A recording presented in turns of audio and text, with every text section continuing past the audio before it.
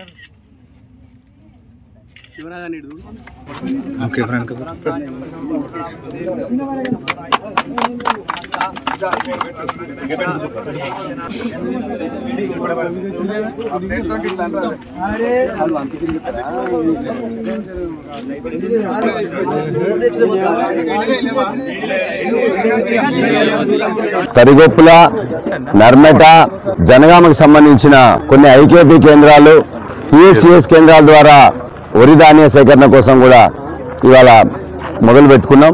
ఈ సందర్భంగా రైతులందరూ మా దృష్టికి తీసుకొచ్చిన 2 అంశాలు. మేము ఏదైతే ఇస్తున్నామో వాటికి వెంటనే మాకు డబ్బులు రావాలి, ప్లస్ 17 అనేది మెయింటైన్ చేస్తున్నా కూడా మళ్ళీ కొద్దిగా మాకు లేట్ చేస్తున్నారు. అందుకే అధికారులందరికీ విజ్ఞప్తి చేస్తున్నా, వాళ్ళు ఏదైతే మినిమం క్వాలిటీ కండిషన్స్ ఉంటాయో అవన్నీ చేసిన తర్వాత ఖచ్చితంగా వాళ్లకు ఇమ్మీడియట్గా వాళ్ళ దగ్గర తీసుకొని ఆ రైస్ మిల్లర్స్ దగ్గర కూడా ఎక్కడైతే ట్యాగ్ అవుతుందో అది అయిన తర్వాత ఇమ్మీడియట్గా యాక్సెప్ట్ చేయాలని చెప్పేసి కోరుతున్నాం. 2వ అంశం, పోయినసారి యొక్క సన్న వద్దకు సంబంధించి కూడా ఇంకా రాలేదని చెప్పేసి, బోనస్ రాలేదని చెప్పేసి, అంటే బ్యాంక్ తిరుపతి జిల్లా నాయుడు